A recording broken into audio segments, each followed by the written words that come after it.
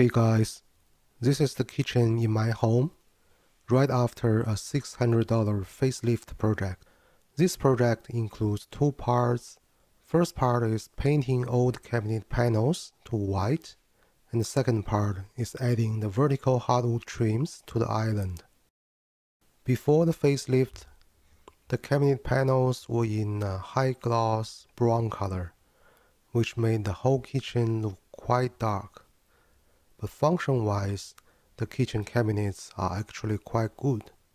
All the hardwares are Bloom soft close ones, and the drawer hardwares are from Bloom's high-end metal box series. So I decided to paint the cabinet panels to white and add some wood trims to balance the white color. I cut a 60-degree bevel at the bottom of the wood trims to add a little bit of detail, and there's a 1/4-inch gap between the trims and the floor to create the floating effect, and the gap can also make the routine floor cleaning job easier. Okay, let's start the project. The most important part for painting is preparation.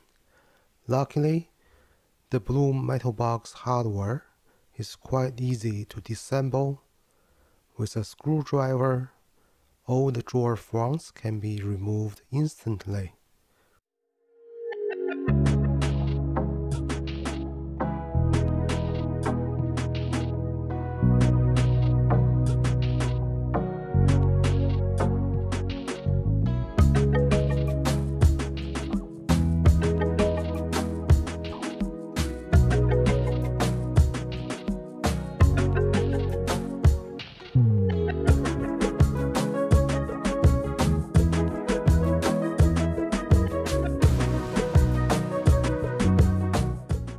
I used an Airless sprayer to paint all the removable panels, so I used plastic drop cloths to build a tent in my garage and placed a stool in it.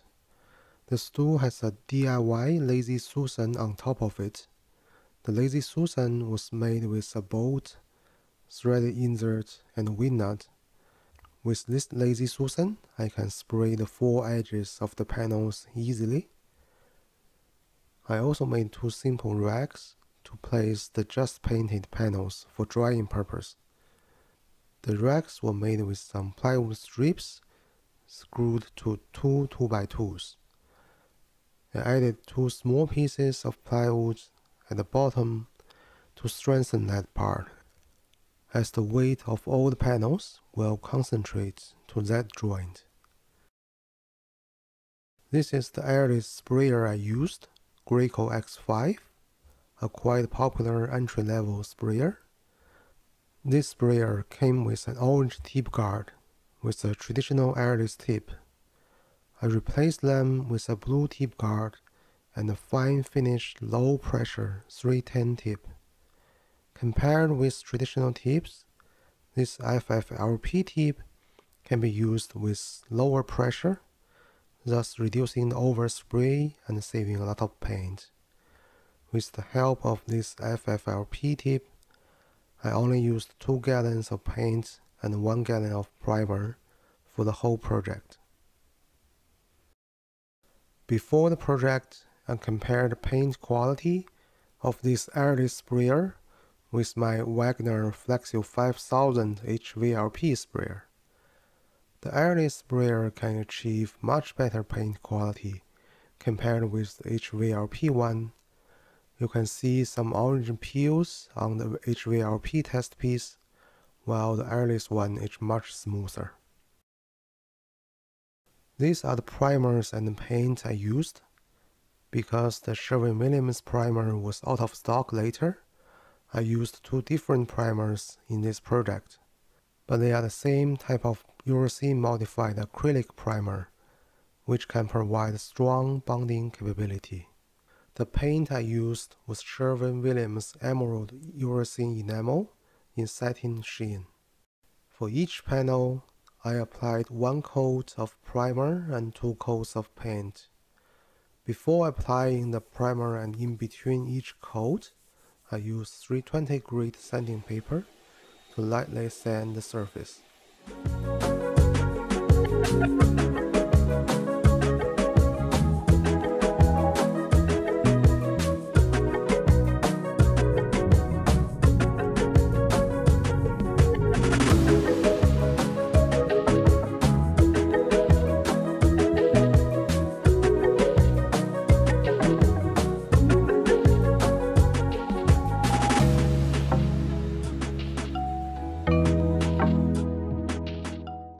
For the panels fixed to the cabinets, I used a 1.5 inch brush and a 4 inch roller. Same with the sprayed panels. I applied 1 coat of primer and 2 coats of paint. The hand paint quality is way worse than the sprayed panels. So if I do it again, I probably will spend time to mask the cabinet properly and spray all the surfaces.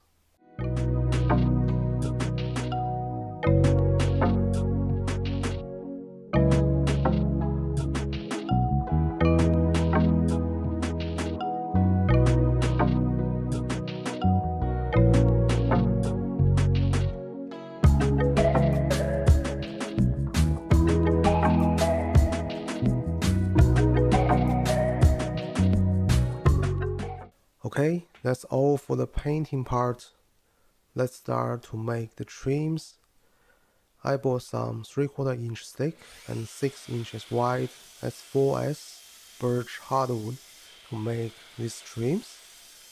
First I cut them to rough lengths on my miter saw, then ripped the boards to 4 trims. Each trim was 1/4 inch wide. Then I used planer to remove the saw marks.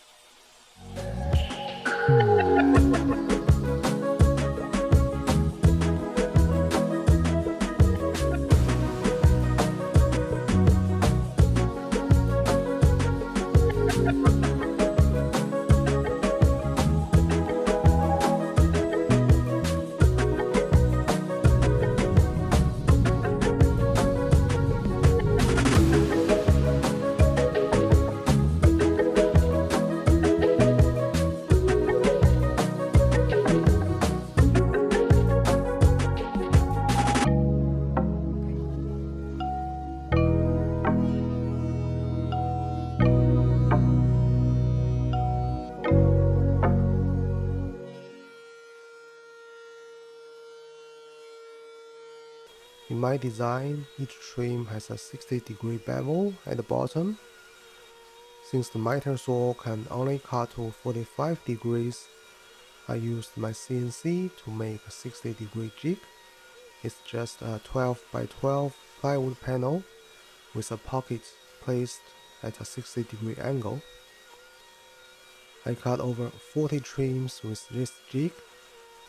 While CNC is not a must to make this jig, it can also be made with just 2 scrap pieces placed at a roughly 60-degree angle and screwed to the plywood. Whether it's 60 degree or 59 degree, it doesn't matter, as long as all the trims were cut in the same angle.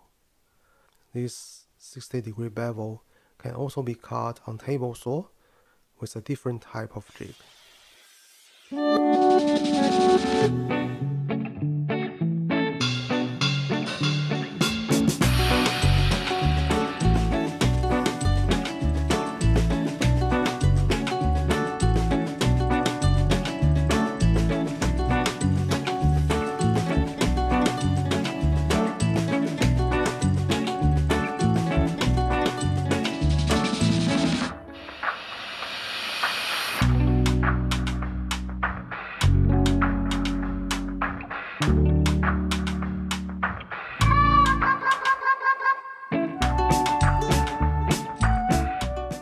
For finish, I chose my go-to finish for birch Rubio Monocoat Super White.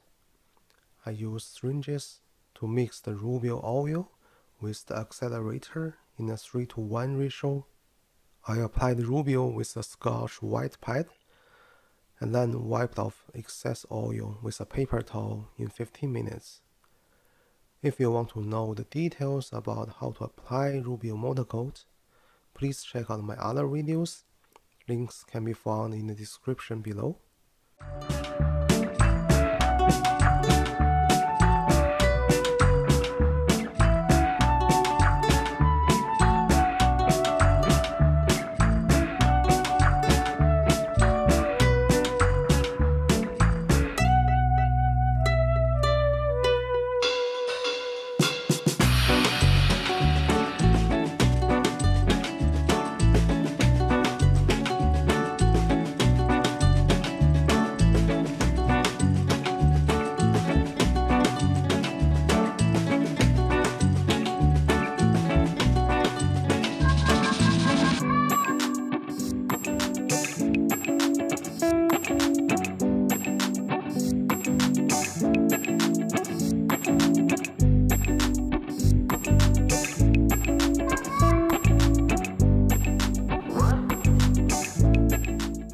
The birch trims were installed with construction glue and pin nails.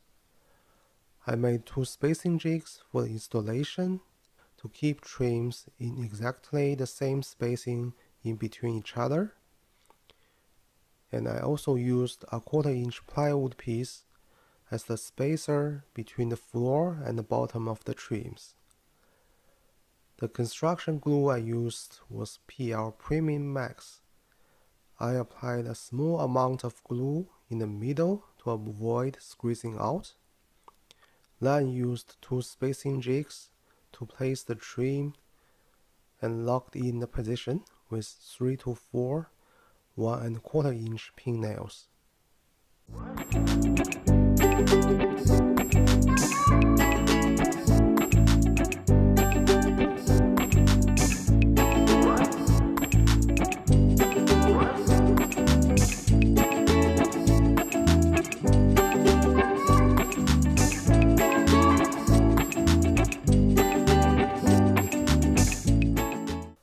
Okay, that's all about the build. Cost-wise, the total material cost was below $600. Even with a new Airless sprayer, the total cost will still be less than $1,000. I think it's quite a worthy investment for such a dramatic change in the look of the kitchen. That's how I did this kitchen facelift project. I hope you enjoy this video. If you have any questions or suggestions, please leave a comment. Thank you for watching. If you like this video, please thumb up and subscribe.